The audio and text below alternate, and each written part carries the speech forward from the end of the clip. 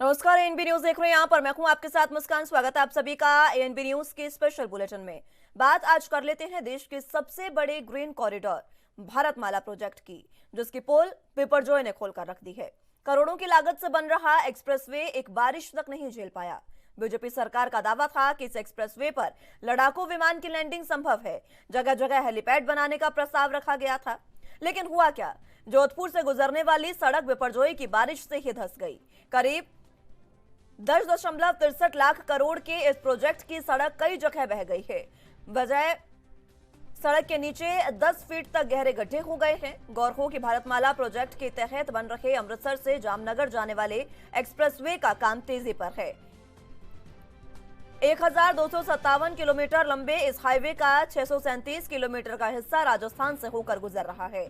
जोधपुर में ये दूरी करीब 210 किलोमीटर की है, लेकिन तूफान बिपरजॉय के कारण हुई बारिश को यह एक्सप्रेसवे नहीं झेल सका और बारिश की वजह से कई जगह सड़क के नीचे की मिट्टी बह गई है और सड़क धंस गई। जोधपुर में लगातार हुई बारिश से प्रोजेक्ट को काफी नुकसान हुआ है। प्रोजेक्ट से जुड़े अफसर कर्मचारी सोमवार को मिट्टी के कटाव और नुकसान का आंकलन भी करते हुए दिखाई दिए। प्रोजेक्ट का हिस्सा बहकर खेतों में गया तो किसानों की फसलें बर्बाद हो गई। मिट्टी खेतों में दूर दूर तक जम गई है। किसानों का कहना है कि कटाव के कारण उनके खेतों में पानी भर गया है। किसानों का दावा है कि उनके खेत में बिछी पाइपलाइन और फव्वारे भी रेत में दब गए हैं।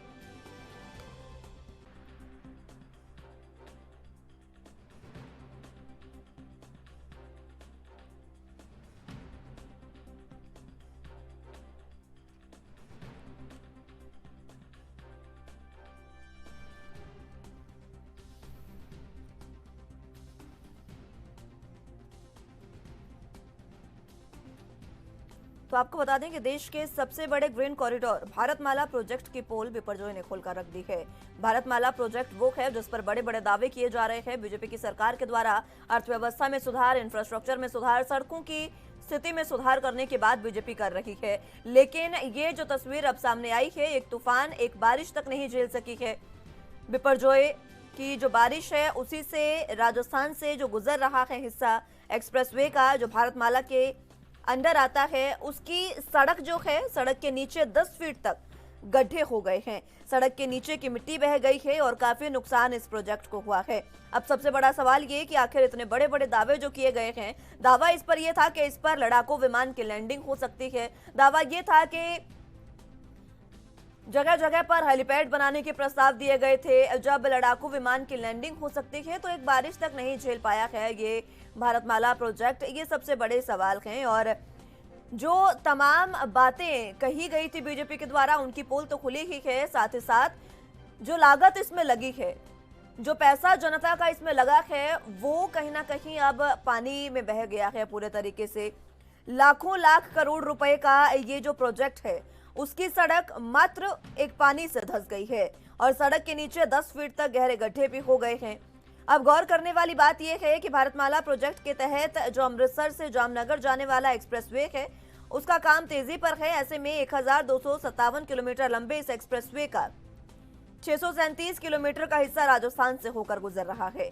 जोधपुर में यह दूरी 210 किलोमीटर की है और जो हिस्सा जोधपुर में है 210 किलोमीटर का, वहीं पर तूफान बिपरजॉय के कारण इसे नुकसान हुआ है। जो बारिश हुई है, एक्सप्रेसवे उसको नहीं सह सका और बारिश की वजह से कई जगह पर सड़क के नीचे मिट्टी बह गई है और सड़क धंस गई है।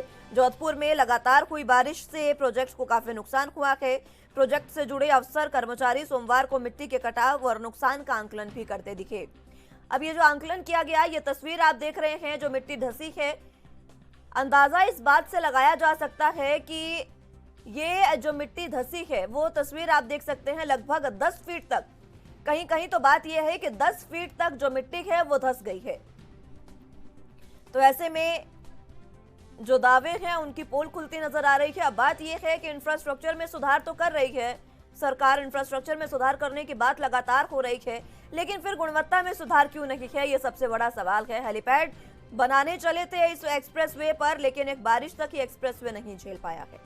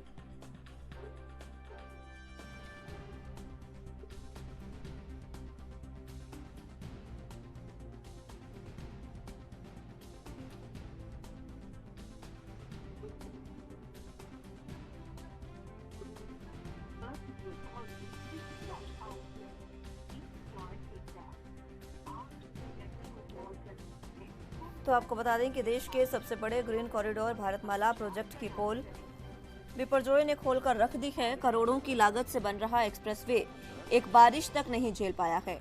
बीजेपी सरकार का दावा था कि इस प्रोजेक्ट पर, इस एक्सप्रेसवे पर लड़ाकू विमान की लैंडिंग संभव है। जगह जगह पर हेलीपैड बनाने का प्रस्ताव रखा गया था, लेकिन जोधपुर से गुजरने वाली सड़क बिपरजॉय की बारिश से ही धंस गई है। तूफानी बारिश जब आई, वो बारिश तक ये सड़क नहीं झेल सकी, तो आखिर इस पर इतने बड़े बड़े दावे क्यों किए जा रहे थे? और दावे अगर थे तो फिर गुणवत्ता का सवाल सबसे पहले था। दावे इतने बड़े बड़े करने हैं तो गुणवत्ता पर ध्यान देना होगा, लेकिन गुणवत्ता पर ध्यान बिल्कुल भी नहीं दिया गया। और यही वजह है कि एक्सप्रेसवे के नीचे की जो मिट्टी है वो 10 फुट तक धंस गई है। और ये मिट्टी सिर्फ धंसी नहीं है, इसने किसानों की फसलों को भी पूरे तरीके से बर्बाद कर दिया है। मिट्टी धंसी तो धंसी, लेकिन वो मिट्टी जाकर साथ लगते किसानों के खेतों में चली गई है और वहां जाकर जम गई है, जिससे किसानों की फसलों को काफी नुकसान हुआ है। किसान ये कहते भी सुनाई दिए कि ये कोई पहली बार नहीं है, लगातार इस तरीके की बातें होती रही है। और ये जो सड़क है, यहाँ से जो मिट्टी है उसका कटाव हो जाता है और बार बार वो मिट्टी जो है वो आकर किसानों के खेतों में चली जाती है। अब सबसे बड़ा सवाल ये है कि किसानों की फसलों को नुकसान हुआ, दूसरी तरफ गुणवत्ता में सुधार नहीं है, जिसकी वजह से ये जो प्रोजेक्ट है इसको इतना बड़ा नुकसान हुआ है। और बारिश की वजह से ये जो प्रोजेक्ट है वो पूरे तरीके से फेल साबित हो रहा है।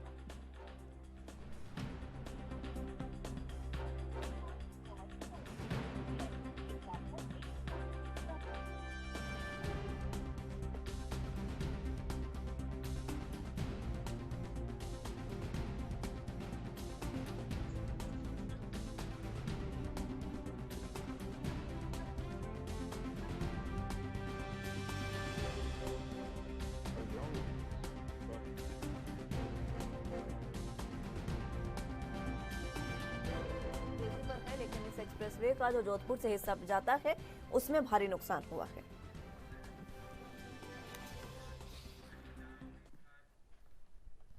देश की सबसे बड़ा ग्रीन कॉरिडोर है भारतमाला प्रोजेक्ट, जिसको लेकर तमाम तरह के दावे किए गए थे बीजेपी द्वारा। चाहे सड़क में सुधार करने की बात हो, अर्थव्यवस्था में सुधार की बात हो, या फिर बात हो इंफ्रास्ट्रक्चर की, तमाम तरह की बातें की गई थी बीजेपी द्वारा कि ये जो एक्सप्रेसवे है इस पर लैंडिंग हो सकती है, लड़ाकू विमानों की जगह जगह हेलीपैड बनाए जाएंगे। लेकिन ये जो बारिश बिपरजॉय की राजस्थान में हुई, उसने इन तमाम दावों की पोल खोलकर रख दी है। चर्चा की शुरुआत इसी पर कर लेते हैं। तमाम गेस्ट हमारे साथ मौजूद हैं। अभिषेक चौधरी जी, प्रवक्ता कांग्रेस से हमारे साथ मौजूद हैं। आलोक वत्स जी, नेता बीजेपी से हमारे साथ मौजूद हैं। और डॉक्टर आलोक सोती जी, वरिष्ठ पत्रकार के रूप में हमारे साथ मौजूद हैं। आप सभी का बहुत स्वागत है एनबी न्यूज पर। सबसे पहले आलोक सोती जी, आपके पास मैं आना चाहूंगी, जानना चाहूंगी आपसे, तरह तरह के दावे किए गए थे इस प्रोजेक्ट को लेकर और कई बड़ी ऐसी बातें थी जिसको लेकर कहा गया था कि इंफ्रास्ट्रक्चर में बीजेपी सुधार कर रही है। और बीजेपी बार बार कहती भी है ये बात, चाहे कभी चुनावों की बात हो या आम कभी भी डिबेट की बात हो, सबसे पहले इंफ्रास्ट्रक्चर की बात आती है कि हमने सुधार किया है। लेकिन ये कैसा सुधार? हाँ, बिल्कुल ठीक कह रही है। देखिए, जहाँ तक सिविल के इंफ्रास्ट्रक्चर की बात है, ये बड़े हैवी होते हैं और ऐसे में देखना पड़ता है कि अगर आपने टाइम बाउंड कोई सिस्टम लेके चलना है तो उसमें इस बात को ध्यान रखनी पड़ेगी। तो बेसिक सिविल इंजीनियरिंग के जो रूल्स हैं, जो मटेरियल की स्ट्रेंथ है, उसको आपको फॉलो करना पड़ेगा। क्योंकि आपने देखा है कि जिस तरीके से ये भारतमाला प्रोजेक्ट है और आप कि जिस तरीके से बढ़ता जाता है, अगर हम बॉर्डर को भी ध्यान दें, जो कि चल के आपका राजस्थान होता है, मुंबई से चेन्नई, चेन्नई से दिल्ली में जमुना पहुंचा लेवे के डिटेल ना दिल्ली भौगोलिक स्थिति है, जहाँ पे आपको सड़क बनानी है वहाँ तरह तरह की चीजें मिलते हैं। कहीं पे जो है आपको मिट्टी मिलेगी, कहीं पे आपको पहाड़ मिलेगा। तो ऐसी स्थिति में आपको ध्यान रखना पड़ेगा कि अगर जो मिट्टी यहाँ पे पड़ी हुई है उसका जो कटान हो रहा है उससे कम से कम 1 या 2 सीजन बारिश अगर निकल जाएगी तब अगर आप सड़क बनाएंगे तब उसको जितना बैठना होगा वो उतना बैठेगा। लेकिन आपने देखा है कि जो 2017 में जिस तरीके से इस भारतमाला श्रृंखला को शुरू किया था 5,35 लाख करोड़ के रुपए में, और इसको बहुत फास्ट तरीके से बनाने की कोशिश की जा रही है। इसीलिए देखा जा रहा है जगह जगह पे जहाँ पे मिट्टी का सेटलमेंट सेडिमेंट सही नहीं हो पाते हैं वहाँ पे आपको इस तरीके की चीजें देखने मिलती है। और प्राकृतिक आपदा से तो आप बच नहीं सकते। अभी आपने देखा बाइपास जॉय का जिस तरीके से प्रकोप हो रहा है तो इस तरीके की समस्याएं आती रहती हैं, लेकिन फिर भी कोशिश की जा रही है। हमारे जो इंजीनियर है, हमारे जो गडकरी साहब हैं, ये भी बहुत अच्छा काम कर रहे हैं, बहुत मेहनत से कर रहे हैं। लेकिन ध्यान रखना चाहिए कि इसको प्रोजेक्ट को सिविल इंजीनियरिंग के पॉइंट ऑफ व्यू से लेकर चलना चाहिए। अगर उसमें आप राजनीतिक रूप से करना चाहेंगे कि जल्दी से शिलान्यास हो जाए और फिर जल्दी से उसका उद्घाटन हो जाए तो उस बात को ध्यान में रखना चाहिए कि तो सिविल इंजीनियरिंग के बेसिक हमको इस चीज को फॉलो करना पड़ेगा, वरना इस प्रकार की जो आप देख रहे हैं कि पूरी सड़क जो है कट जा रही है, इस प्रकार आपके सामने आती है। आलोक वत्स जी, दावा किया गया था कि लड़ाकू विमान की लैंडिंग करवा देंगे, जगह जगह हेलीपैड बना देंगे, लेकिन एक बारिश तक नहीं झेली आपके भारतमाला प्रोजेक्ट की सड़क से। देखिए, जिस तेज गति से काम हो रहा है गडकरी जी के नेतृत्व में, वो अपने आप में एक इतिहास लिख रहा है। लेकिन हाँ, अब जरूरत से ज्यादा बारिश हो जाए तो ऐसी चीजें हो जाती है। ये कोई डेलिबरेटली नहीं किया गया है, इसमें कोई घोटाला नहीं हुआ है। ये अभी प्रोसेस में था बनने के, उसी में ये मिट्टी का, पानी के कारण मिट्टी का रिसाव हुआ और किसानों के खेतों में बहुत बड़ी मात्रा में मिट्टी चली गई, जिससे उनकी फसल की नुकसान हुई है। मैं समझता हूं सरकार इसका संज्ञान लेके जिनके फसल का नुकसान हुआ है उनको मुआवजा देने का काम करेगी। लेकिन अब मैं यही अनुरोध करूंगा गडकरी जी और उनकी टीम को कि थोड़ा स्लो जाएं, पर स्टेडी जाएं और ठोस तरीके से जाएं, ताकि भविष्य में फिर ऐसी चीजें ना हो। जहां जहां उन्होंने रोड का जाल दुर्गम से दुर्गम इलाके में पहुंचा दिया है हिंदुस्तान के, उनकी गाथा के बारे में जितनी भी प्रशंसा की जाए वो कम पड़ेगी। लेकिन हाँ, ये एक दाग तो लग गया है और ये मुझे लगता है अति शीघ्रता के कारण हुआ है और इसमें कोई ऐसी दूसरी कोई किसी चीज की गुंजाइश नहीं। गुंजाइश गुणवत्ता की है आलोक वत्स जी, अगर गुणवत्ता बेहतर होती, आप तो सुनिए ना, आप तो हेलीपैड बनाने की बात कर रहे थे, अगर इस पर लैंडिंग हो जाती किसी विमान की, पानी तक नहीं झेल पाया है ये जो एक्सप्रेसवे है, तो अगर लैंडिंग हो जाती तो क्या होता? देखिए, आप अभी ये बन के तैयार नहीं हुआ है, इसका ट्रायल रन नहीं हुआ है, ये तो भी प्रोसेस में है बनने के। बन के तैयार हो जाता तब धंस जाता, तब समझ में आती कि गुणवत्ता में प्रॉब्लम है। ये तो बनने के प्रोसेस में ही सारी चीज हो गई है, तो इसलिए इस पर इस तरीके का प्रश्नवाचक चिन्ह ना लगाए ऐसे हाथ से। और वो भी देखिए अप्रत्याशित रूप से वहां बारिश हुई है, ये भी, इस बात को भी आपको नजरअंदाज नहीं करना होगा। अप्रत्याशित रूप से बारिश होना और एक विमान की लैंडिंग होना दो अलग अलग बातें हैं आलोक वत्स जी। खैर, अभिषेक चौधरी जी, आप किस तरीके से देख रहे हैं, क्योंकि आलोक वत्स जी ने तो कहा है, एक गुंजाइश रखी है उन्होंने कि जो सरकार है राजस्थान में वो कर दे, किसानों को जो उनका नुकसान हुआ है उसका मुआवजा दे दे। उसको लेकर क्या कुछ कहना है, और इसी के साथ ये जो प्रोजेक्ट को नुकसान राजस्थान में हुआ उसको लेकर क्या कहेंगे आप? देखिए मुस्कान जी, मैं सबसे पहले एक बात कहना चाहता हूँ कि जैसे आलोक साहब ने एक बात कही है कि प्रोजेक्ट अभी पूरा हुआ ही नहीं है। मैं कहता हूँ किसी भी चीज की जब आप नींव रख रहे हैं और नींव रखते के दौरान इतना बड़ा एक हादसा हुआ है, सोचिए कि प्रभु की कितनी बड़ी कृपा है कि ये इस पे आवाजाही शुरू नहीं थी। अगर इस पे आवाजाही शुरू होती कितना बड़ा नुकसान होता। आपने 10 करोड़ 63 लाख रुपए का जो प्रोजेक्ट जो चल रहा है वो मामूली सी एक बारिश में बहकर निकल गया। आपने उस पर दावे करे कि हम उस पर बड़े बड़े हवाई जहाज जो है लैंडिंग करा सकते हैं, हम उस पर हेलीपैड बनवा रहे हैं, इतना सब कुछ कर रहे हैं, लेकिन जो मामूली सी बारिश नहीं झेल पाया। मैं कहता हूँ कि वो किस तरीके का स्ट्रक्चर आपने इसमें यूज करा, मटेरियल यूज करा, और ये बहुत बड़ा सवाल खड़ा होता है। व्हाट्स आपने बात कही कि घोटाला नहीं हुआ, ये घोटाले से कम नहीं है। अगर आप बेहतर क्वालिटी की चीजें यूज करेंगे तो ये बिल्कुल नहीं होगा, और ये रोजाना की बात चलती जा रही है। इसमें कितने लोगों की जान जा सकती थी, ये बहुत बड़ा एक त्रासदा था जो बन चुकी है। कितनी बड़ी ट्रॉमा हो सकती थी इससे, जिसको शायद मेरे ख्याल से आज बीजेपी ये सोच रही है कि बहुत छोटी सी मामूली सी बात है।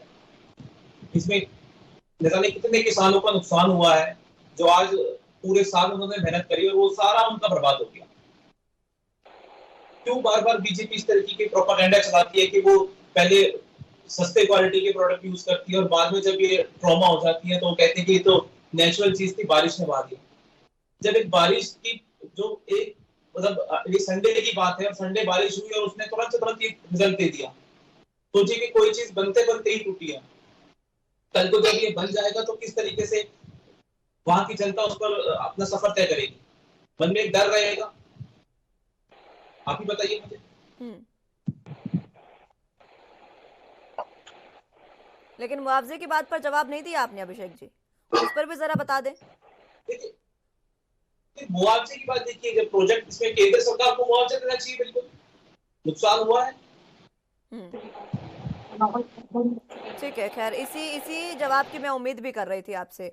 आलोक सोती जी, दो सवाल हैं। एक तरफ तो किसानों का जो नुकसान हुआ उसको लेकर दोनों सरकारों के बीच में अब यही एक लड़ाई होती रहेगी कि केंद्र का प्रोजेक्ट है तो भाई आप मुआवजा दे दीजिए, और केंद्र कहेगा कि राज्य सरकार के अधीन ये जो नुकसान हुआ तो राज्य सरकार मुआवजा दे। ये दोनों बातें, ये लड़ाई चलती रहेगी, लेकिन नुकसान किसानों का हुआ है और वो इसमें बीच में पिसते रहेंगे। तो एक सवाल ये है कि जिस तरीके से आपने खुद ये बात कही कि इंफ्रास्ट्रक्चर पर काम कर रही है बीजेपी, लेकिन उस इंफ्रास्ट्रक्चर पर काम इसलिए कि आप सड़क बनवा रहे हैं और आप इतनी जल्दी सड़क बनवा दें कि भैया हमें तो हमारे ही कार्यकाल में इसका उद्घाटन करना है, तो फिर यही नतीजे सामने आएंगे। देखिए, यहाँ पे दो बातें, एक तो सामान्य बारिश की बात कही जा सकती है,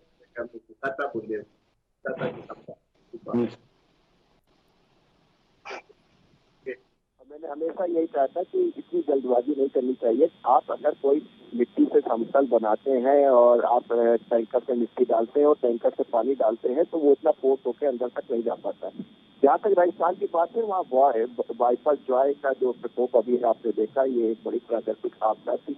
इससे जितना कम से कम नुकसान हुआ है वो भगवान की देन है कि कम से कम जान की रक्षा कर दी गई थी। पूर्व इसरो के सैटेलाइट के द्वारा जो हम लोग को खबर मिल गई थी और आपके द्वारा मीडिया के द्वारा प्रसारित किया जा चुका था, इससे लोगों को बचा दिया गया। लेकिन जो वो हुआ है नेचुरल कैलेमिटी थी, उसमें जो नुकसान हुआ वो देखेगा। हम तो उम्मीद है कि राज्य सरकार, क्योंकि इस बार इलेक्शन का है, तो राज्य सरकार जल्दी से जल्दी एक्शन लेगी और मुआवजा पहुंचाएगी, और उसमें केंद्र सरकार भी जो है बढ़ करके रहेगी, क्योंकि इस बार बीजेपी जो है वो अब उम्मीद लगाए बैठे राजस्थान में अपनी सरकार बनाने के लिए। तो हमको नहीं लगता किसानों को बहुत ज्यादा इंतजार करना पड़ेगा, कहीं ना कहीं से उनको स्टेट और सेंट्रल गवर्नमेंट दोनों तरफ से कोई ना कोई मुआवजा मिल जाएगा। लेकिन यहाँ बात फिर वही आती है कि जब इस प्रकार के इंफ्रास्ट्रक्चर बनते हैं तो हम लोग को ये सोचना चाहिए कि कहाँ पे तकनीक रूप से कुछ गड़बड़ हो सकता है कि जिसकी वजह से उसका खामियाजा जो है लॉन्ग टर्म में या आगे जो है नुकसान ज्यादा हो सकता है। जैसा कि हमको लग रहा था कि जल्दबाजी बहुत ज्यादा होती है कि अगर मान लीजिए आप सड़क बना रहे हैं और बनाते हुए मिट्टी डाली है तो उसमें कम से कम एक बरसात का, दो बरसात का निकल जाना बड़ा जरूरी होता है, क्योंकि जितना मिट्टी को बैठना होता है वो बैठ जाएगी। उसके ऊपर आप जो है डामर या कुछ भी जो भी केमिकल डालना चाहते हैं, आजकल तो केमिकल रोड भी बहुत अच्छी बनने लगी है, वो आप डाल सकते हैं। लेकिन जो मिट्टी का जो धंसना है इस पे जो वर्क होना चाहिए, उस पे जो जिसका ध्यान देना चाहिए, हमको लगता है कि वर्तमान में जो इंजीनियर्स हैं या जो सरकारें हैं वो जल्दी के मारे उसका ध्यान नहीं दे पा रही हैं, जिसका की खामियाजा जो है जनता को हो सकता है कि लॉन्ग टर्म में जान माल की भी हानि हो सकती है कि आप सड़क पे जा रहे हो और एकदम से बारिश हो और एकदम से सड़क फंस जाए और इसका खबर ना मिले, तो इस तरीके की बातें हो सकती है। तो इसके इस मापदंड की ध्यान रखना चाहिए। जो उनके क्वालिटी कंट्रोल इंजीनियर्स हैं उनको भी ध्यान रखना चाहिए कि इतना भी आप देख रहे हैं तकनीक रूप से जो है काफी डेवलपमेंट हो चुका है, काफी रिसर्च हो चुकी है, तो इस बात का ध्यान रखना चाहिए मापदंड का कि कितनी मिट्टी जो है फोर्स हो सकती है, कितना वॉल्यूम ऑफ वाटर इसके ऊपर अगर बरसात का आएगा तो इसका सेडिमेंट कितना डिपॉजिट होगा। ये जो आंकड़े हैं इनका भी कैलकुलेशन होना जरूरी है, ना कि केवल जो है मिट्टी डालो, सड़क बनाओ और आगे चलो, सीता साध दो, उद्घाटन हो गया। आलोक वत्स जी, स्टार्टिंग कमेंट आपका था इसलिए मैंने आपको टोका नहीं, लेकिन आप कह रहे हैं कि ये सड़क बनी नहीं थी, एक्सप्रेसवे बना नहीं था और निर्माणाधीन ये कार्य था, इस वजह से यहाँ पर हुआ। लेकिन आप देख लीजिए हरियाणा में केएमपी केजीपी का हाल देख लीजिए, उत्तर प्रदेश की आप बात कर लें तो पश्चिमी एक्सप्रेसवे जो अभी अभी जिसका उद्घाटन हुआ था उसका हाल देख लीजिए, सड़कें उखड़ी है जगह जगह से और वो तो बन चुके हैं, उद्घाटन भी आप ही की सरकार में हुआ, बने भी आप ही की सरकार में, उस पर किस तरीके से जवाब देंगे आप? देखिए, जैसा कि अभी सोनी जी ने कहा, कहीं कहीं पर बहुत ज्यादा स्पीड में काम करने से कुछ त्रुटियां रह जाती हैं, ये उसी का एक परिणाम है और कहीं कोई घोटाले की बात नहीं है। त्वरित कार्रवाई करने में, अति त्वरित कार्रवाई करने में ये ऐसी चीजें छूट जाती हैं। मैं अनुरोध करूंगा गडकरी जी और उनकी टीम से कि अब इतनी अति त्वरित में ना जाएं, थोड़ा स्लो में ही चलें। बहुत बेहतरीन काम कर रहे हैं, देश में सड़कों का भयंकर जाल बिछा दिया है, आवागमन को बहुत ही सुगम और सरल कर दिया है। सबसे बड़ी बात है कि यहाँ पर कोई मानहानि नहीं हुई, फसल का जरूर खराब हुई है, उसकी मुआवजा सेंट्रल गवर्नमेंट या राज्य सरकार की। आलोक वत्स जी, आप फिर से यहीं पर आ गए हैं। मैं आपसे ये पूछ रही हूँ कि जो सड़कें बन चुकी हैं उन पर भी तो जवाब दे दें। सड़कें धसी है, जगह जगह से सड़कें उखड़ चुकी है और कई एक्सप्रेसवे तो ऐसे भी हैं जहां पर पॉलिथीन बिछाकर उन पर सड़कें बना दी जा रही हैं। देखिए, मैंने कहा ना कि आप कितना बड़ा सड़कों का जाल बिछाया है उन्होंने, जरा इसकी भी गणना तो आप रखिए अपने पास। इसकी गणना है, तभी सवाल कर रही हूँ मैं आपसे वत्स साहब, इसकी गणना है, लेकिन इसका मतलब ये नहीं है कि आप इतना बल्क में काम कर देंगे और फिर उसके बाद इस तरीके की चीजें होती रहेंगी, तो ये भी तो बर्दाश्त के काबिल नहीं है ना। देखिए, आपकी बात सही है, कहीं भी कोई गड़बड़ नहीं होनी चाहिए, ये बात मैं आपकी पूरी तरीके से सहमत हूँ।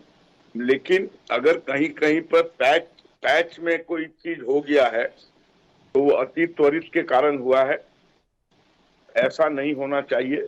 जो हुआ है गलत हुआ है, उसको मानने में कोई गुरेज नहीं है। अगर किसी सड़क में गड्ढा बन गया है तो वो जरूर निर्माण कार्य में त्रुटि हुई है, इसके कारण हुआ है। लेकिन इन्होंने जितना बड़ा नेटवर्क खड़ा किया है उसकी भी तो सराहना कीजिए। हर जगह थोड़ी धंस रहा है, कहीं कहीं पे ऐसा हो गया है, पैच में हुआ है, पूरा का पूरा सड़क थोड़ी धंस गया है, कहीं पैच में हो गया है। ये अति तेजी में करने के कारण ये हुआ है, ये नहीं होना चाहिए। मैं मानता हूं इस बात को, मैं कहां कह रहा हूं कि गलती नहीं हुई है,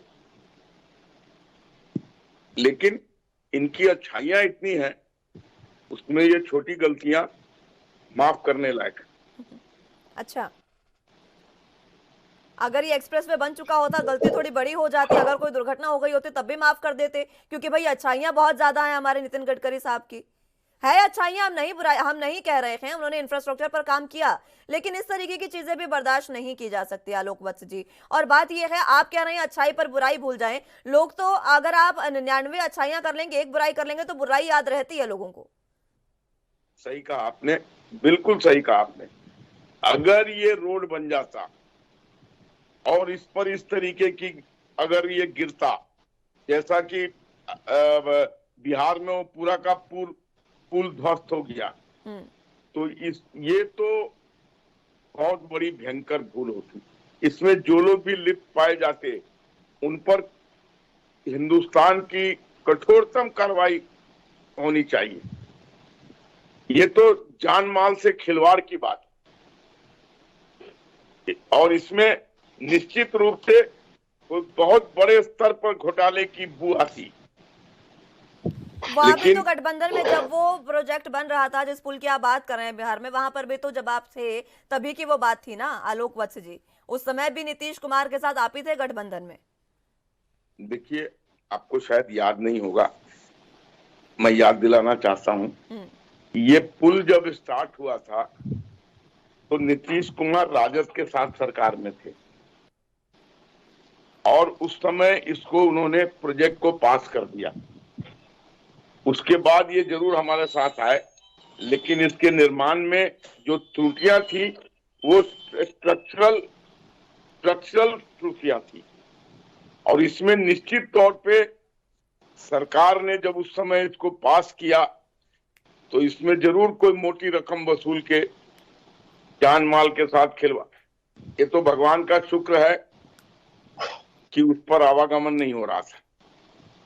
आपने देखा होगा ताश के पत्ते की तरह गिर गया। स्ट्रक्चरल डिजाइन में फॉल्ट था, लोड बियरिंग में फॉल्ट था। वो तो देशद्रोह का मामला बनता है, लेकिन उस पर लिपापोती कर रही है सरकार।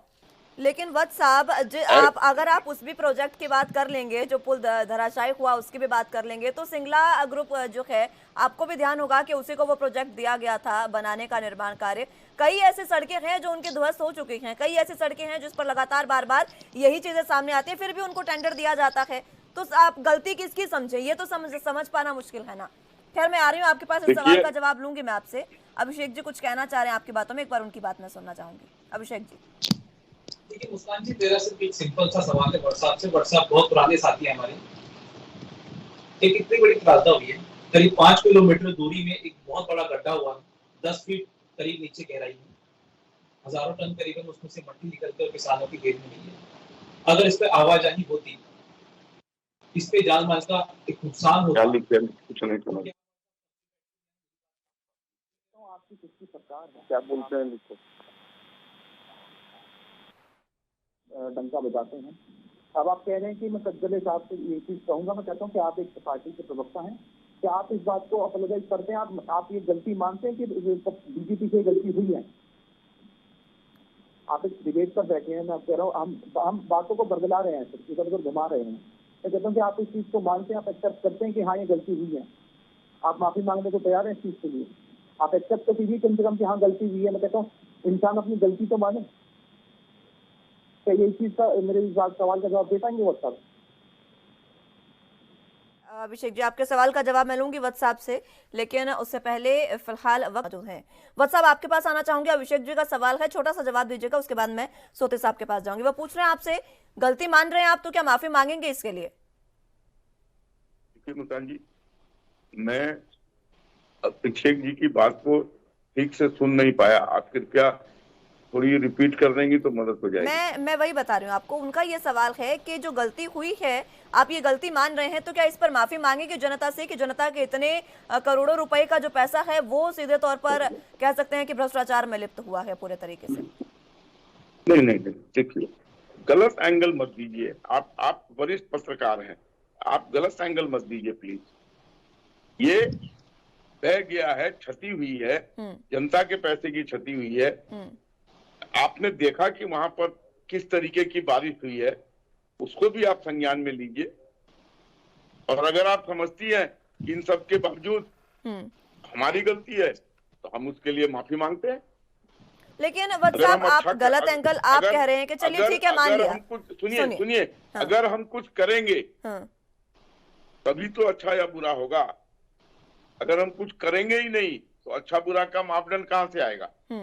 आप ये नहीं देख रही हैं कि हिंदुस्तान के दूर सुदूर तक सड़कों का जाल बिछ गया? नहीं, मैं देख रही हूँ वत्स साहब, और मैंने शुरुआत में ये बात कही, इंफ्रास्ट्रक्चर में सुधार इस तरीके से करिए कि उसमें सुधार वाकई हो। आप सड़कों पर सड़कें बना देंगे, लेकिन उसमें इस तरीके से लगातार क्षति होती रहेगी, तो फिर फायदा क्या उस चीज का? मेरा सवाल ये है आपसे। दो बातें गिनवा रही हूँ मैं आपको। बुंदेलखंड एक्सप्रेसवे जब खुला था, सुनिए, बुंदेलखंड एक्सप्रेसवे जब बना था, उसके खुलने के 1 हफ्ते बाद उसमें गड्ढे हो गए थे। पूर्वांचल एक्सप्रेसवे की बात करें, उसके 15 दिन बाद की बात है जब बारिश हुई थी और 15 फीट गहरा गड्ढा उसमें हो गया था। फिर इस तरीके की चीजें क्यों नहीं होंगी? क्या वो भ्रष्टाचार नहीं था? वो तो अप्रत्याशित बारिश नहीं थी। देखिए, भ्रष्टाचार नहीं था, जल्दीबाजी में गुणवत्ता में कमी रह गई थी। उसको चलिए ठीक है, भ्रष्टाचार का यही नाम मैं आपसे देके सुनना चाह रही थी वत्स साहब, गडकरी जी यही मैं सुनना चाह रही थी। गुणवत्ता में कमी रखी है, वो आपने कबूल भी लिया है। चलिए ठीक है, मैं लौटूंगी आपके पास, मैं लौटूंगी। देखिए, लाल को लाल करने में क्या गुरेज है। अगर कोई गलती हुई है, गड्ढा है, तो किसी कारण से तो गड्ढा हुआ होगा। ठीक है, कांग्रेसियों ने तो गड्ढा नहीं खोद दिया वहां जाके। वो जो काम करने वाले लोग थे, उन्हीं के कारण त्रुटि हुई और गड्ढा हुआ। उसको मानने में क्या हर्ज है। ठीक है, लेकिन हमारी इतनी अच्छाइयों पर इसी चीज को आप खाली हाईलाइट कीजिए, ये ठीक नहीं है सर। ठीक तो ये भी नहीं है ना, अगर आप सरकार में आप है, सत्ता में आप है, सवाल तो होगा ना। मैं आ रही हूँ आपके पास, सोती जी आपके पास आना चाहूंगी, अभिषेक जी आपके पास भी आऊंगी। एक सवाल मेरा सोती जी से है, जिस प्रकार के हम लगातार इंफ्रास्ट्रक्चर को देख रहे हैं, नो डाउट काफी बेहतर काम हुआ है इंफ्रास्ट्रक्चर को लेकर, दूर दराज तक सड़कें पहुंची है। लेकिन दो बातों का मैंने जिक्र किया कि एमपी केजीपी का तो खैर हम देख ही रहे हैं पिछले लंबे समय से, वहां पर हर एक 10-15 किलोमीटर के बाद हमें गड्ढा दिखाई देता है, सड़कें टूटी फूटी दिखाई देती है। लेकिन बुंदेलखंड एक्सप्रेसवे और पूर्वांचल एक्सप्रेसवे तो 6 लेन है, और ये जितने करोड़ों की लागत इन पर लगी है, उसके बावजूद इतने इतने गहरे गड्ढे हो जाना, उसके बाद ये तस्वीर सामने आना, क्या आंकलन है हमारे पास इस समय सड़कों का? आपके पास मैं जानना चाहूंगी आपसे। इलेक्ट्रॉनिक्स और कंप्यूटर में टेक्नोलॉजी में डेवलपमेंट हुआ, फास्ट डेवलपमेंट हुआ, सिविल में भी हुआ है। लेकिन हम लोग के पास जो सिविल की जो वर्क करने की जो वर्क कल्चर है, वो अभी बहुत ही पिछड़ी है, बहुत ही ट्रेडिशनल तरीके का है। हमारा ये कहना मानना है कि जब आप 10,000 करोड़ रुपए का कोई प्रोजेक्ट लगाते हैं, तो उसमें टेक्नोलॉजी का भी ध्यान रखिए। सबको मालूम है कि साइक्लोन आएगा, जब साइक्लोन आएगा तो वहाँ बारिश होगी। आप इसरो से भी संबंध कीजिए कि कहाँ कहाँ बारिश हो सकती है, किस तरीके से हो सकता है, किस तरीके से हम पुलिया बना के पानी को निकाल सकते हैं। केवल ये मात्र नहीं लेना चाहिए कि यहाँ से वहाँ तक सड़क बनानी है, इससे तक मिट्टी पड़नी है, उसको डाल दिया, पानी जितना पड़ना था पड़ गया, नहीं हुआ, और आपने जो है चारकोल डाल के उसको जो है सड़क बना दी। ये जो पुराना ट्रेडिशनल तरीका है कि हमने जो है चौड़ी की सड़क बना दी, उससे हम बिल्कुल वाकिफ नहीं है। हमारा तो ये मानना है कि जो सिविल में जो नई नई टेक्नोलॉजी आई है, जो मेट्रो डिपार्टमेंट के द्वारा आपको काम करना है, आपको ये सोच के करना है, सड़क आपके लिए नहीं बन रही है। सड़क तो ये चलेगी, कम से कम 100 साल चलेगी। तो 100 साल के अंदर क्या क्या मौसम में परिवर्तन आ सकता है, कहाँ कहाँ पे पानी का भर सकता है, जिसकी वजह से मिट्टी का कटान हो सकता है। जो आपकी मिट्टी है, सॉइल है, उसकी आप चेक कीजिए, उसकी स्ट्रेंथ क्या है, कितना लोड आप जो है सड़क के ऊपर से कितने टन का लोड आपका जो है पास होगा, उससे कितना कंप्रेशर होगा, कितना कंप्रेशर होगा, कितना प्रेशर पड़ेगा, मिट्टी में जो है कितना जो है उसकी स्ट्रेंथ और स्ट्रेंथ को आपको निकालना पड़ेगा। तो जो साइंटिफिक मेथड हैं, उनको आपको फॉलो करना पड़ेगा। और मुझे लग रहा है कि गडकरी साहब इसमें थोड़ा सा पीछे रह रहे हैं, और उनका टारगेट ये रहता है कि जल्दी से जल्दी एक लंबी सी सड़क बना के उसका उद्घाटन करा दिया जाए। लेकिन आपकी ये गिनती है, अनुरोध है, अर्ज है कि जितने भी उनके टेक्नोक्रेट उनके साथ लगे हैं, जो कि सिविल इंजीनियर है, मैं जानता भी हूँ उनको व्यक्तिगत रूप से, उनसे यही गुजारिश है कि आप लोग IIT से पढ़ के आए हैं, IAS है, अच्छी बात है, लेकिन इस बात का तो ध्यान रखिए कि जो मिट्टी की जो क्वालिटी है, मिट्टी की जो स्ट्रेंथ है, मिट्टी जितना कंप्रेस करेगी, या जो मौसम बदलेगा उससे जो बाढ़ आने का अंदेशा है, हमेशा आता है। राजस्थान में मैंने भी देखा है, बचपन से भी देखा है, वहाँ पे बाढ़ आते हुए और पुल को सड़क को बहते हुए, तो वो समय अलग था, अब अलग है। आपको उसको टेक्नोलॉजिकली आपको डिजाइन करना पड़ेगा। जब इतना वॉल्यूम पानी आ जाएगा तो उसको आप कैसे सड़क के नीचे से निकालेंगे, सड़क के ऊपर से नहीं निकालना। इसलिए जो डिजाइनिंग में जो और जो क्वालिटी कंट्रोल में जो आपको पैसा खर्च करना है, हमको लग रहा है उतना नहीं हो पा रहा है, सिवाय इसके कि तेजी से सड़क बना दी जाए और इसका उद्घाटन कर दिया जाए। बिल्कुल। अभिषेक जी, आपका अब इस पर क्या मानना है? क्योंकि मुआवजे की बात एक बार फिर से बीच में चली थी, उसको लेकर भी बात कीजिएगा। और जिस तरीके से अलग अलग सड़कों पर अलग अलग गड्ढे हैं, आंकलन किया है सोती साहब ने, और ये बात जाहिर है कि राजस्थान में इस तरीके की बारिश होती रही है, लेकिन आम बारिश से भी कई जगह पर इस तरीके के गड्ढे हैं। हम अगर पिछली बिल्डिंग को देखें, पुरानी बिल्डिंग्स को देखें, तो वो लगभग 70-80 वर्ष से ज्यादा समय तक चलती थी। कई बिल्डिंग्स ऐसी है तो 100 साल से ऊपर चलती थी। लेकिन आज की जो सड़कें हैं, आज की जो कह सकते हैं कि मटेरियल का इस्तेमाल किया जा रहा है, वो पूर्ण तरीके से सही नहीं है, ये कहना गलत नहीं होगा, और उसमें सुधार की जरूरत इस समय बनती नजर आ रही है। अभिषेक जी।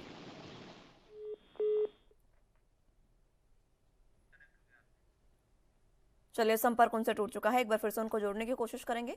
तब तक वत्स साहब आपके पास में आना चाहूंगी। आलोक सोते जी ने भी यही कहा, गुणवत्ता में सुधार की जरूरत है। पुराने जो पिछला समय था वो समय अलग था और आज के समय में मटेरियल को सुधारने की जरूरत है। और इंफ्रास्ट्रक्चर अगर आप बेहतर करना चाह रहे हैं तो उसमें आपको साइंटिफिकली लोगों को इन्वॉल्व करना होगा। आपको जो उसका स्ट्रक्चर है उसको बेहतर तरीके से पहले उसको सिलेक्ट करना होगा कि किस तरीके से आप उसमें काम कर सकते हैं और वो लंबे समय तक चले।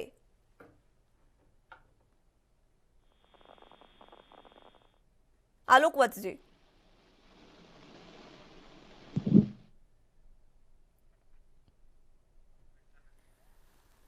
चलिए, संपर्क उनसे भी टूट चुका है, एक बार फिर से उनको जोड़ने की कोशिश करेंगे, चर्चा की शुरुआत एक बार फिर से करेंगे। लेकिन जिस तरीके से लगातार सड़कों में गड्ढे देखे जा रहे हैं, लगातार जो प्रोजेक्ट बन रहे हैं उन प्रोजेक्ट्स में जो खामियां देखने को मिल रही है, वो सबसे अहम बात जो रहती है वो गुणवत्ता की है।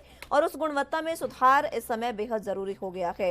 मटेरियल में सुधार काफ़ी ज़रूरी हो गया है और ये जाहिर सी बात है कि इसमें जो स्ट्रक्चर है उसमें अब पहले से बदलाव की ज़रूरत है कि किस तरीके से आप कार्य कर रहे हैं। कार्य करने के तरीके में बदलाव की ज़रूरत है, क्योंकि अगर इंफ्रास्ट्रक्चर बेहतर हो रहा है तो वो लंबे समय तक चले, ये भी जरूरी है। सिर्फ कार्य इस वजह से नहीं कि आपको अपने कार्यकाल में काम पूरा करना है और उसका उद्घाटन करना है, सिर्फ राजनीति के लिए नहीं बल्कि जनता के लिए अगर काम होंगे तो ज्यादा बेहतर होगा। ये बात जाहिर है कि कहावत है कि अगर आपको किसी देश के विकास को नापना है तो उसकी सड़कों से उसका विकास नापा जाएगा। लेकिन अगर भारत के विकास को नापना हो तो इस प्रकार की सड़कें आखिर कैसे विकास को नापा जाए, ये सवाल सबसे बड़े हैं।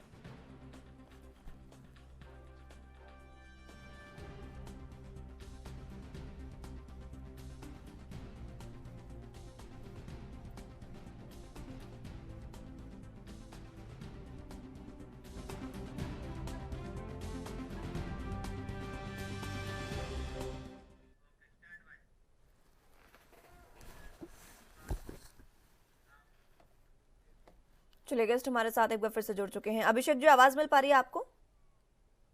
जी मैं बोल जी, सवाल मेरा यही आपसे, आलोक सोते साहब का भी यही कहना है कि गुणवत्ता में सुधार की काफी जरूरत है और जो स्ट्रक्चर है उसमें बदलाव की जरूरत अब पहले से है। तो किस तरीके से आप इस बात को देखते हैं? साथ ही साथ जो तमाम चीजें, क्योंकि ये राजस्थान का हिस्सा है, जोधपुर का हिस्सा है, तो अब राज्य सरकार का क्या इसमें हस्तक्षेप रहने वाला है?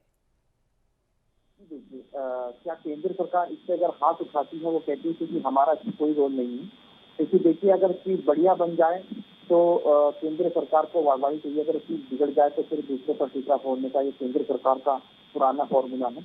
अगर केंद्र सरकार इसे देख ली कि अभी राजस्थान में, जैसे कि आप सभी को पता है कि मौसम काफी खराब चल रहा है, जो भी त्रासदा हुई है, जो भी नुकसान हुआ है, राजस्थान की सरकार ने ऐलान किया कि हम उसकी भरपाई करेंगे। किसी का भी अगर कोई भी उनका जो भी नुकसान होता है वो राजस्थान की जनता को, राजस्थान की सरकार द्वारा वो प्राप्त होगा, जरूर होगा। ये आप ऑफिशियली भी सुन रहे होंगे, मुख्यमंत्री साहब आज खुद 9 बजे से दौरे पर हैं, अशोक गहलोत साहब, और वो दौरा कर रहे हैं। जहाँ भी जो नुकसान है वो राजस्थान की सरकार उसको बिल्कुल उनका फायदा पहुँचाएगी। बात अभी आती है कि इस प्रोजेक्ट पर केंद्र सरकार काम कर रही है।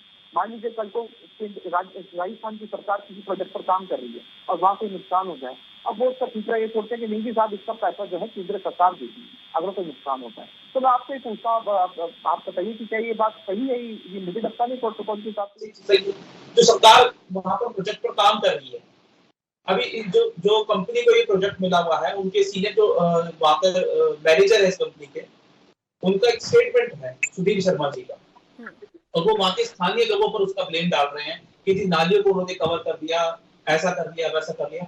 मैं कह रहा हूँ इतना बड़े मतलब एक ट्रॉमा हुई है।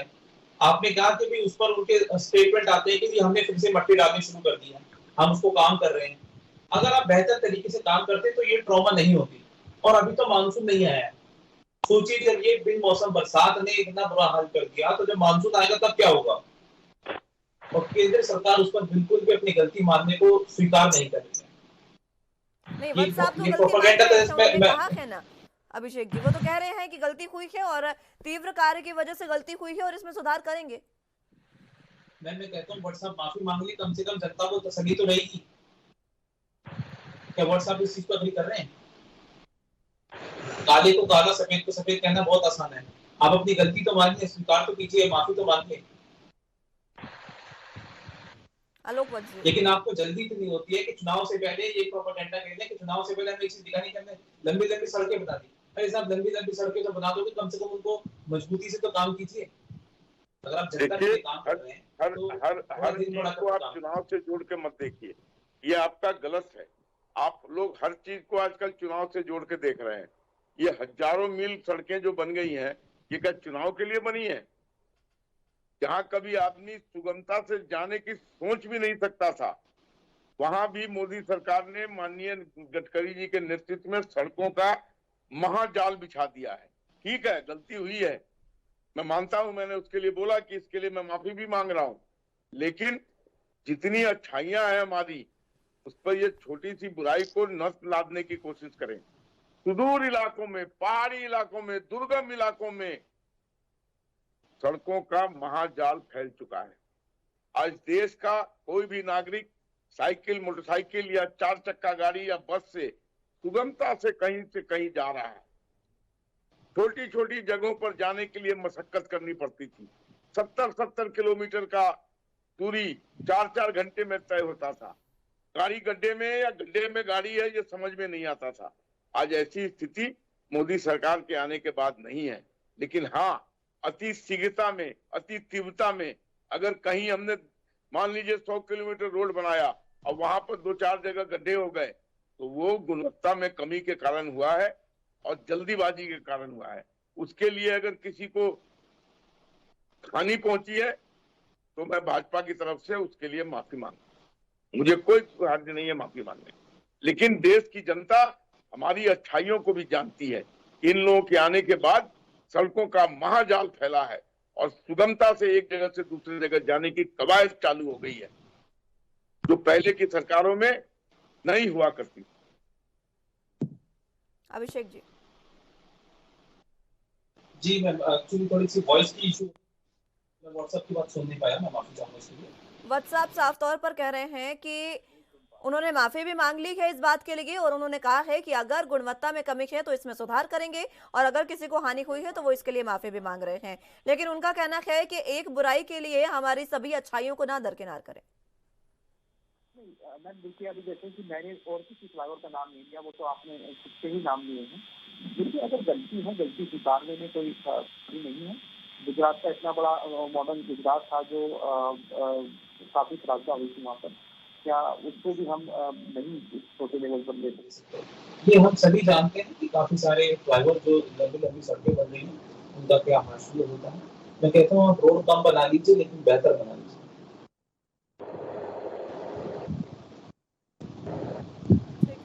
आलोक सोती जी, कहना है अभिषेक जी का कि आप सड़कें कम बनवा लीजिए लेकिन बेहतर बना लीजिए, और ये बात सही भी है, क्योंकि आप बल्क में अगर चीजें करेंगे और उसमें गुणवत्ता नहीं होगी तो फिर उसका फायदा कुछ नहीं है। सड़क अगर बन रही है, अगर दूर दराज तक सड़कें पहुंच रही है तो लंबे समय तक चले ताकि जनता को भी इसका लाभ मिल सके।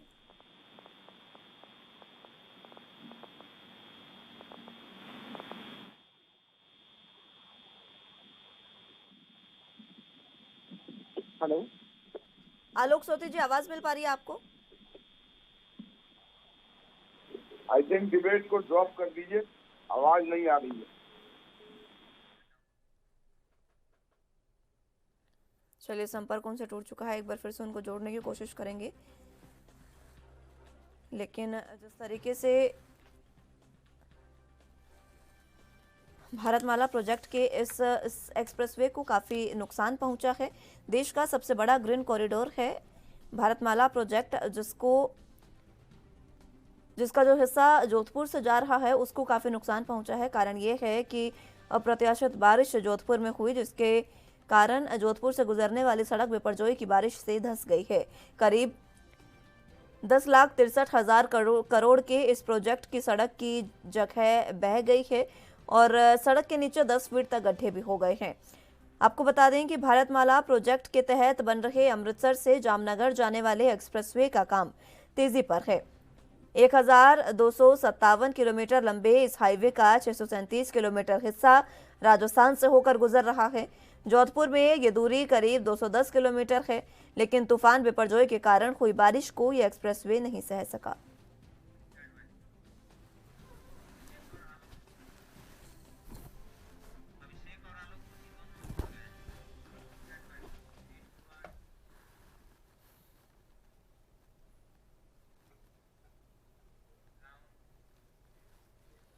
चलिए एक बार फिर से सोते साहब जुड़ गए हमारे साथ। आलोक सोतु जी, आवाज मिल पा रही है आपको?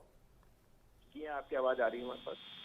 अभिषेक जी का कहना है कि वो कह रहे हैं कि सड़कें सरकार को कम बनवा लीजिए, लेकिन उसमें गुणवत्ता बेहतर होनी चाहिए और अच्छी सड़कें बनवा लीजिए। और ये काम कहना सही भी है, क्योंकि देखिए दूर दराज तक सड़कें जा रही है। बुंदेलखंड उत्तर प्रदेश का वो हिस्सा था जहां पर पहले सड़कें छोड़िए पानी तक नहीं था, लेकिन आज सड़कें पहुंची है वहां पर। लेकिन अगर वो सड़क पहुंची है तो फिर वहां पर लंबे समय तक जनता इसका उपयोग भी कर सके, ऐसी गुणवत्ता तो होनी चाहिए ना सर? जी हाँ, आप बिल्कुल ठीक कह रही हैं कि सड़कों में जो भी होना चाहिए, जो बन रही हैं, उनकी गुणवत्ता जो है वो एक इंटरनेशनल लेवल की होनी चाहिए। लेकिन हमको लगता है कि जिस तरीके से काम चल रहा है और जितना उसके अंदर और तकनीकी जानकारी की जरूरत है, वो हमको कहीं ना कहीं हल्की सी कमजोर नजर आती है।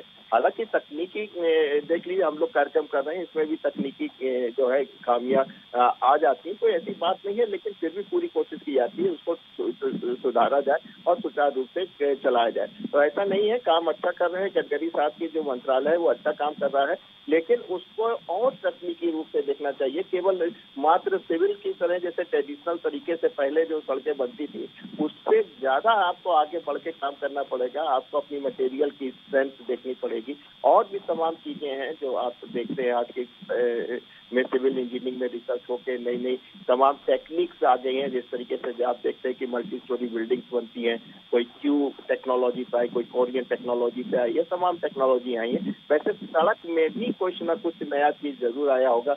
आप देखें जिस तरीके से मैंने 2003 में जब मैं मिडिल ईस्ट में था तो मैं देखता था कितनी बढ़िया उनके पास जो थी, मस्कत से लेकर सीधे दुबई तक का आपके पास सड़क होती थी। और सऊदीया में भी जो आप एक्सप्रेस वे जो हम लोग आज यहाँ देख रहे हैं, वो उस समय 2000 के दशक में भी उनके पास हो गया था, क्योंकि उनके पास रेल मार्ग नहीं होता था, लेकिन उनके पास सड़क होती थी। काफी वो टेक्नोलॉजी वो मेहनत से बनाते थे। वो हमको लगना कि अब 20 साल 22 साल में टेक्नोलॉजी और डेवलप हो गई होगी। उन चीजों को भी ध्यान में रखते हुए, मौसम विभाग को भी ध्यान में रखते हुए, केवल ये प्ली देना कि आपने साहब वो वहाँ पानी नहीं बरसता राजस्थान में, इसलिए जो है लोगों ने जो है नाला जाम कर रखा था, तो ये प्ली नहीं चलेगा। आपको जब आप सिविल इंजीनियरिंग कर रहे हैं, आप सड़क बना रहे हैं, तो आपको ये मान के चलना पड़ेगा अगर पानी आ गया तब क्या करेंगे। तो जब आपके पास इतना इंफ्रास्ट्रक्चर है सड़क बनाने का, तो आप नाली खोद के जो है पहले से आप नाली बाईपास पानी निकालने की व्यवस्था बना दीजिए। मैं अपना यहाँ पे भी देखता हूँ, बड़ी बड़ी इमारतें बना दी गई और पता चला जरा सा पानी होता, सड़क पानी भर जाता है, उसको निकालने के लिए जो है फिर सोचा जाता है पूरी बिल्डिंग 4000 करोड़ रुपए के इंफ्रास्ट्रक्चर खड़ा होने के बाद कि पानी भरेगा तो कहाँ निकलेगा। जब पानी भर जाता है तब उसमें जो है इंजीनियर साहब खोद खाद के जो है सुराग बनाते हैं। तो ये जो कमी हमको अभी दिखाई दे रही है भारतवर्ष में इंफ्रास्ट्रक्चर में, ये आपको दूर करनी पड़ेगी। ये पूर्वानुमान लगा के चलना पड़ेगा कि ये परिस्थिति आगे तो क्या होगा, अगर पानी ज्यादा आ गया ये होगा, अगर फिर से साइक्लोन आ गया और उसके इफेक्ट अगर यहाँ तक आ सकते हैं तो आपका क्या होगा। क्योंकि जैसा आपने शुरुआत में कहा था कि अभी तो सड़क बनी नहीं है, अगर मान लीजिए ये सड़क बनी होती और चल रही होती और उस पर जो है जो यातायात चल रहा होता वो पूरा का पूरा बह जाता, तो कितना बड़ा जो है जान माल का हानि होती। इन चीजों का पूर्वानुमान लगाते हुए, नई टेक्नोलॉजी को अडॉप्ट करते हुए, आसपास की चीजों को जो इन्वायरमेंट है, एम्बियंस है, उनको ध्यान रखते हुए आपको कार्य करना पड़ेगा, ना कि केवल मिट्टी बिछाई उसके ऊपर कंक्रीट का जो है एक स्ट्रक्चर खड़ा कर दिया। केवल इससे मात्र काम नहीं चलने वाला। बहुत सही कहा आपने सोते साहब, क्योंकि अगर ऐसी घटनाएं हो जाती हैं तो सबसे पहली बात तो ऐसी घटनाएं होनी नहीं चाहिए, लेकिन अगर हो जाती है तो फिर ठीकरा फोड़ा जाता है, जिम्मेदारी किसी की तय नहीं होती है। सरकार जो है वो टेंडर जिसको कंपनी को दिया है उस कंपनी पर ठीकरा फोड़ती है, जिम्मेदारी किसी की तय नहीं होती और फिर मुआवजा तक बात आती है, लेकिन वो जाने जो कीमती है उन जानों की कोई कीमत नहीं रहती। ये सबसे बड़ा सवाल है वत्स साहब। सभी ये कह रहे हैं कि अब जो पारंपरिक ढर्रा है उससे आगे बढ़कर आपको अब सड़कों का जो बनावट है उसको तैयार करना होगा, इसमें तकनीकी की जरूरत और ज्यादा है। आलोक वत्स जी।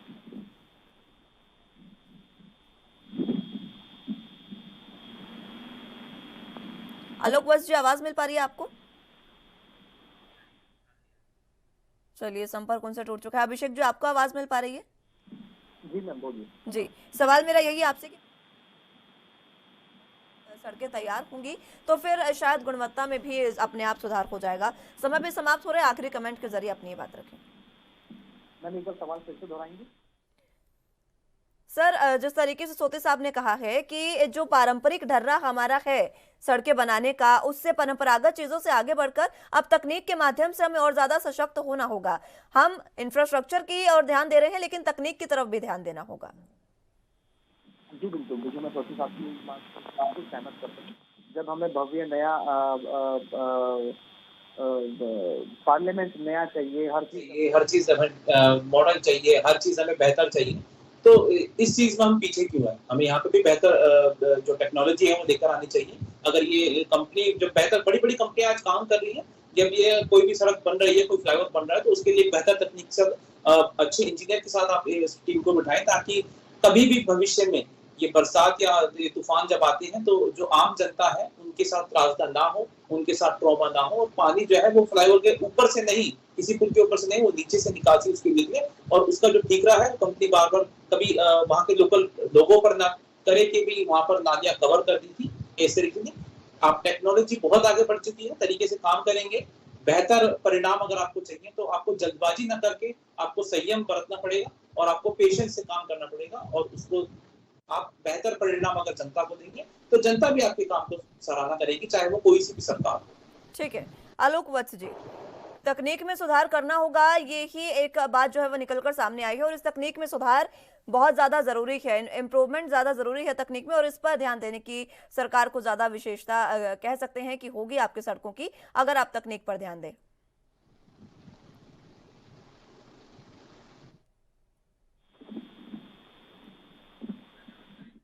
चलिए, संपर्क उनसे टूट चुका है। बहरहाल समय भी समाप्त हो चला है। बहुत बहुत शुक्रिया आप सभी का हमारे साथ जुड़ने के लिए और चर्चा हमारे साथ करने के लिए। लेकिन जिस तरीके से ये कहा जाता है कि अगर किसी देश का विकास आपको देखना है तो उसके सड़कों से देखिए। अगर सड़कें इस प्रकार की होंगी, अगर सड़कें बेहतर होंगी तो विकास का आंकलन किया जा सकता है। लेकिन ये जो तस्वीरें सामने आई है भारतमाला प्रोजेक्ट के तहत, जो सबसे बड़ा ग्रीन कॉरिडोर है, ग्रीन प्रोजेक्ट है, इसको लेकर अगर इस तरीके की तस्वीरें सामने आती है तो ये वाकई शर्मसार करने वाली है। इसमें अब सुधार की जरूरत है, तकनीक में सुधार की जरूरत है, और साथ ही साथ गुणवत्ता में सुधार की जरूरत है, ताकि देश के विकास का आंकलन बेहतर तरीके से हो पाए।